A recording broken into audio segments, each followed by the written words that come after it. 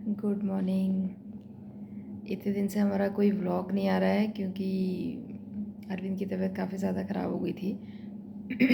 Fever Weaver हो गया उसको। पहले घर पे ही था, घर पे काफ़ी दिन तक हम ठीक करने की कोशिश कर रहे थे कि चलो दवाई ले लेते हैं। ऑनलाइन डॉक्टर को कंसल्ट किया तो उससे ठीक हो जाएगा। तो 104 से टेम्परेचर ही नीचे नहीं आ रहा इसका। काफ़ी 3 दिन 4 दिन के आसपास ये बात है, लास्ट वीक की। 3-4 दिन तक हम लोग घर में ही रहे, घर में ही कुछ कुछ इलाज अपना करते रहे, डॉक्टर से कंसल्ट करते रहे, बट कुछ भी नहीं हुआ। फिर एक दिन मुझे लगा कि यार ये तो बहुत ज़्यादा हो रहा है, हम डॉक्टर के पास जाके चेक करवा लेते हैं। फिर हम डॉक्टर के पास आए तो उन्होंने तो सीधा ही, बस वो डॉक्टर तो वही है, जब तक सिम्टम्स पता नहीं चलेंगे तो इलाज किसका करेंगे। तो उन्होंने फिर पूरा सारे टेस्ट वेस्ट करा दिए, डेंगू का, मलेरिया, कोविड, ये वो सारे टेस्ट करा दिए। नेक्स्ट डे जब रिज़ल्ट आया तो रिज़ल्ट में जो रिपोर्ट्स आई हमारी, तो नेक्स्ट डे मॉर्निंग की बात है, 10:30 मॉर्निंग में हमारी रिपोर्ट आ गई थी। अब वो रिपोर्ट आई, रिपोर्ट आने के बाद इसका प्लेटलेट काउंट बहुत गिर गया था। समवेयर इट वाज अराउंड 50 और समथिंग। तो मैंने इसको बोला, मैंने कहा कि यार, और बट उसमें मलेरिया का एक रिपोर्ट आ गई थी जो वो था, मतलब डिटेक्ट नहीं था, मलेरिया इसको हुआ नहीं था, और डेंगू की रिपोर्ट नहीं आई थी और कोविड की रिपोर्ट नहीं आई थी। तो but as per earlier doctor Covid का सिम्टम्स तो बिल्कुल भी नहीं है, ये नॉर्मल वायरल है। लेकिन फिर जब रिपोर्ट आई तो इसके प्लेटलेट काउंट कम थे, तो ऑब्वियसली सभी को इतना सुन के तो आइडिया है ही कि प्लेटलेट काउंट डेंगू में नॉर्मली कम होते हैं। तो मैंने इसको बोला कि मैंने कहा चलो हॉस्पिटल चलते हैं, अननेसेसरीली अभी रिस्क लेने का कोई मतलब नहीं है। मैं इसको हॉस्पिटल लेके आई, डॉक्टर के पास आए तो डॉक्टर ने बोला कि अच्छा ठीक है, फिर हम अरविंद तुम्हारा दाखिला कर देते हैं। क्योंकि उन्होंने बोला कि जैसे जो रिपोर्ट आई है और जो सारे सिम्टम्स दिख रहे हैं, वो दिख ऐसा रहा है कि आपको डेंगू हुआ है। 2 डेंगू की रिपोर्ट अभी तक आई नहीं है, लेकिन ये वही मतलब चांसेस हैं कि, क्योंकि और बाकी जो पैरामीटर्स हैं वो भी सारे डेंगू वाले ही ख़राब हो रखे हैं। तो एंड देन ही सेड कि अभी जो है यहाँ पर वो नहीं कर सकते हम, क्योंकि हॉस्पिटल में अभी इतना ज़्यादा रश है कि आपको डायरेक्ट रूम नहीं मिल सकता, तो आपको इमरजेंसी के थ्रू एडमिट होना पड़ेगा। तो मैंने कहा ठीक है, फिर इमरजेंसी के थ्रू ही एडमिट करते हैं। फिर मैं इसको इमरजेंसी में लेके गई, वहाँ उसके थ्रू मैंने वो पूरा दिन, it was so damn hectic. मतलब मैं मेंटली भी इतना ज़्यादा, क्योंकि एक तो आदि घर पे था और मुझे समझ में नहीं आ रहा था कि मैं आदि का भी क्या ही करूँ, और मैं यहाँ हॉस्पिटल में, रूम इसको मिल नहीं रहा है। फिर किसी तरीके से कर कुरा के सारा काम धाम करके इसको, मतलब रूम तो खैर क्या ही मिला, बट एटलीस्ट ये हुआ कि पहले पेपर वर्क और वो सब चीज़ों का काम मेरा कंप्लीट हुआ। उसके बाद फिर इसका कज़न ब्रदर है वो आया यहाँ पे, और मीनवाइल मेरे जीआई का फ़ोन आया, मैसेज आया, मतलब उन लोगों को पता चल गया था कि बुखार वुखार है, तो उन्होंने ऐसे ही पूछा कि तबीयत कैसी है। तो फिर मैंने उनको बोला, मैंने कहा कि तबीयत जो है ना, उसको एडमिट कर दिया हॉस्पिटल में आज। तो फिर वो सीधा ही हॉस्पिटल आए। फिर दीदी को पता चला तो दीदी ने बोला कि, दीदी ने कुछ बोला नहीं, दीदी ने सीधे ही बोला कि आदि को तुम हमारे घर भेज दो। पहले तो मैंने मना किया, मुझे लगा कि शायद मैं मैनेज कर लूँगी, लेकिन फिर मुझे जैसे जैसे लगने लगा कि यहाँ पर तो अभी रूम भी अवेलेबल नहीं है, और कब मुझे रूम मिलेगा, सिंगल रूम मिलेगा भी कि नहीं मिलेगा, आदि को हॉस्पिटल में अलाउड भी है कि नहीं है, वो सारे इश्यूज़ थे। दिन भर तो घर में प्रमिला के साथ साई था, वो रात को सोने का उसका बड़ा प्रॉब्लम होता फिर। तो मैंने बोला अच्छा ठीक है, फिर जेई जो है आदि को लेके चले गए।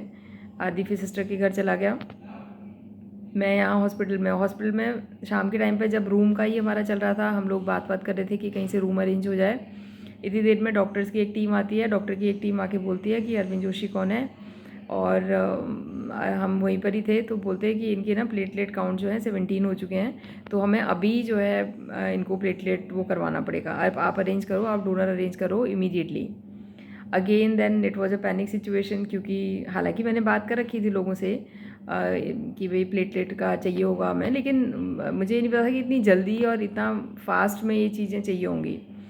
तो फिर मैं एकदम, फिर वो इसका ब्रदर आया हुआ था, कज़न ब्रदर, तो उसको मैंने बोला, मैंने कहा भाई अभी रूम वूम तो बाद में मिलेगा, पहले इसका ट्रीटमेंट शुरू करवाते हैं, पहले तो कम से कम प्लेटलेट अरेंज करते हैं, क्योंकि और वो भी जो ब्लड ग्रुप इसका है वही ब्लड ग्रुप के हमें चाहिए प्लेटलेट डोनर भी। फिर उस टाइम पूरा भाग दौड़ कर के किसी तरीके से, ठीक है, luckily we are blessed that we have people around us, और इसके ऑफिस के बहुत सारे लोग, सब सीनियर जूनियर सारे के सारे लोग आ गए।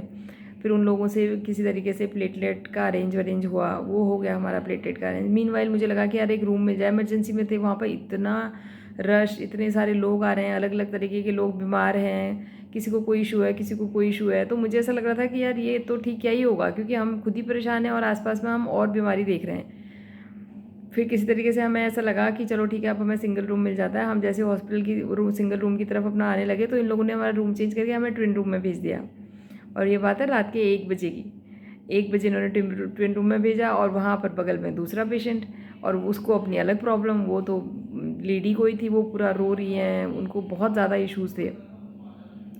फिर मैंने और देखा था लोगों से बात करके, जो लोग पूछ रहे थे कि क्या हेल्प कर सकते हैं। फिर मुझे लगा कि यार बस अब एक सिंगल रूम किसी तरीके से दिला दो, क्योंकि यहाँ पर ना बिल्कुल मैनेज नहीं हो पा रहा है। फिर रात के 3 बजे जाके कहीं हमें एक रूम यहाँ पे मिला है हॉस्पिटल में, और उसके बाद जाके कहीं इसका प्लेटलेट का जो उन्होंने इन्फ्यूज़ करना था वो शुरू किया प्रोसेस।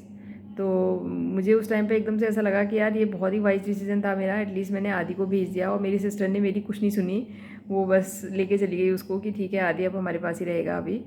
और उसके बाद से फिर इसका जैसे ही हमें लगा कि चलो ठीक है अभी थोड़ा सा हो गया है प्लेटलेट काउंट का और ये सब डाल दिया है, next day blood sample test वेस्ट कराया, रिपोर्ट आई तो इसके काउंट बहुत मतलब और गिर के 13 हो चुके थे, 17 से 13 हो चुके थे, जो काफ़ी कम है। मतलब प्लेटलेट काउंट का गिरना, बहुत गिरना is very dangerous for any person. तो फिर दोबारा उन्होंने बोला, फिर डॉक्टर आए विजिट के लिए, डॉक्टर ने बोला कि नहीं अभी दूसरा यूनिट जो है प्लेटलेट चलेंगे लगेंगे इनको। तो हालांकि हमारे यहाँ ऑफिस वालों ने सब 3 यूनिट अरेंज करके रखे हुए थे, तो हमने फिर वो 2nd यूनिट दिया इसको। वो दिया, वो बढ़ के किसी तरीके से कुछ एक सर्टेन नंबर पर गए। उसके बाद इसको फिर से फीवर आना शुरू हो गया। फिर डॉक्टर आया, डॉक्टर ने बोला कि डेंगू का एक्चुअली क्या होता है, वैसे तो सिंगल स्पाइक आती है, लेकिन कुछ सर्टेन परसेंटेज ऐसी होती है जिसमें डबल स्पाइक भी आती है, और लुक्स लाइक कि इसमें जो है डबल स्पाइक है वो। और ये सेम सीक्वेंस फिर से होगा, जो अब फिर से आपके जो प्लेटलेट्स बढ़े हैं ये फिर से वो प्लेटलेट को गिराएगा, क्योंकि वही सारी चीज़ें हो रही हैं। इसका स्टमक पूरा हैवी हो रहा है, ब्लोट हो रहा है बहुत ज़्यादा, फीवर आ रहा है, ये सारी चीज़ें हो रही हैं। तो फिर उसके बाद और and it will take 24 to 48 hours, और उसके बाद फिर वो धीरे धीरे करके कम होगा। भाई मुझे लगा, मैंने कहा ये मतलब सिंगल, ये मुझे टर्म ही पहली बार पता चला कि डबल स्पाइक भी कुछ होता है डेंगू में। तो उसके बाद फिर इसका फिर से प्लेटलेट काउंट नीचे हुआ, फिर इसका ऊपर हुआ, फिर उसका थोड़ा सा भी ऊपर हुआ, बस सिर्फ 2, जैसे अगर 24 है तो 24 का 26 हुआ, बस इतना ही इसका काउंट बढ़ा, उससे ज़्यादा इसका काउंट नहीं बढ़ रहा है। फिर डॉक्टर ने बोला अभी हम वेट करते हैं, अभी देखते हैं कि क्या स्टेटस है। Again then they will take blood sample and then decide की रिपोर्ट देखने के बाद। फिर कल इसकी रिपोर्ट मतलब ब्लड सैंपल जो लिया, इसका टेस्ट कराया, जो रिपोर्ट आई तो उसमें इसके 45 प्लेटलेट हो गए थे। 45 के जो मिनिमम रेंज है हमारी प्लेटलेट की, वो 115 के होती है, that is a minimum range. और इसके अभी इसके 13,000 हो गए थे वो वाले, और अब जाके 45 पहुँचे हैं। तो अभी आज संडे है और आज भी हम लोग अभी तक हॉस्पिटल में ही हैं। अभी इसका फिर से सुबह ब्लड सैंपल गया है टेस्ट के लिए, और अब वो ब्लड सैंपल आएगा और ब्लड रिपोर्ट आएगी। उसके बाद फिर अगर इसके प्लेटलेट काउंट का सही होगा तो they might discharge us today.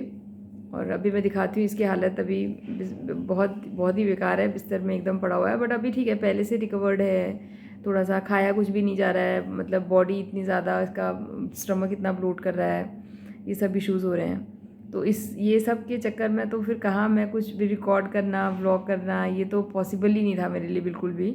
तो इसलिए इतने टाइम से कोई व्लॉग नहीं आया। आज मुझे लगा कि चलो ठीक है आज थोड़ा सा, और ऊपर से क्या मुझे रात को हॉस्पिटल रुकना है। फिर मुझे वो तो अच्छा है कि आदि जो है मौसी के पास चला गया अपना, तो वही लोग आदि को मैनेज कर रहे हैं। घर से खाना आना है, फिर मेरा ब्रदर भी आ गया, फिर मतलब ये सब लोग आ गए। इन लोगों ने काफ़ी, जब लोग हो गए तो थोड़ा सा ज़्यादा सपोर्ट हो जाता है।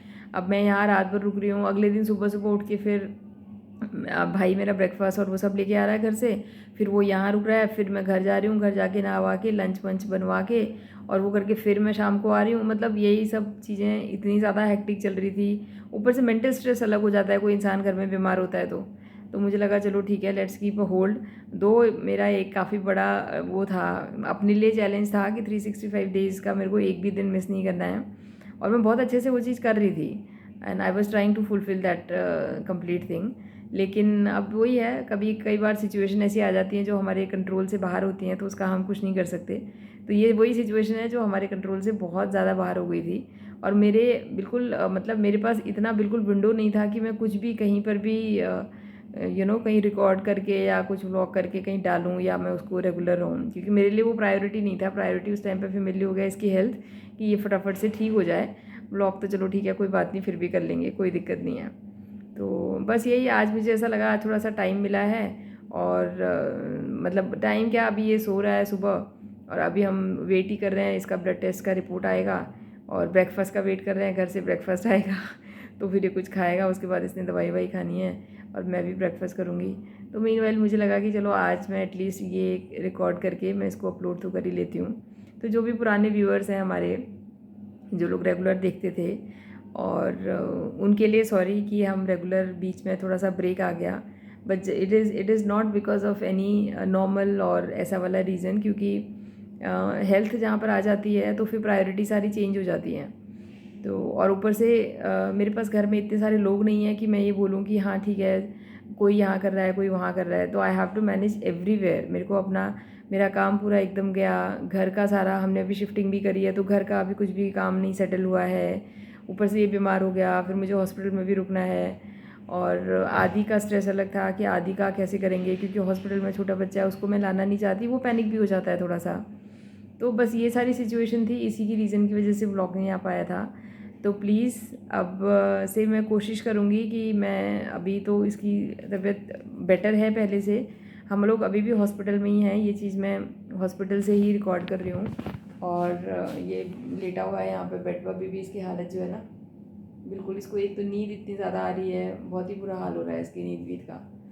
तो देखना प्लीज़ व्लॉग, और लाइक शेयर एंड सब्सक्राइब कर देना। And thank you so much for lovely support. सब लोग हमेशा हमारा व्लॉग देखते हैं। आज का व्लॉग थोड़ा सा लंबा हो गया है, क्योंकि मुझे लगा कि मेरे को ये सारी चीज़ें शेयर करनी चाहिए, और बहुत ही शॉर्टकट में मैं शेयर नहीं कर सकती इसको, तो इसलिए मुझे लगा कि मैं एटलीस्ट ये सब चीज़ें रिकॉर्ड करके मैं एक व्लॉग के तौर पर डाल दूँ। तो please like share and subscribe करना। Thank you for watching, bye bye.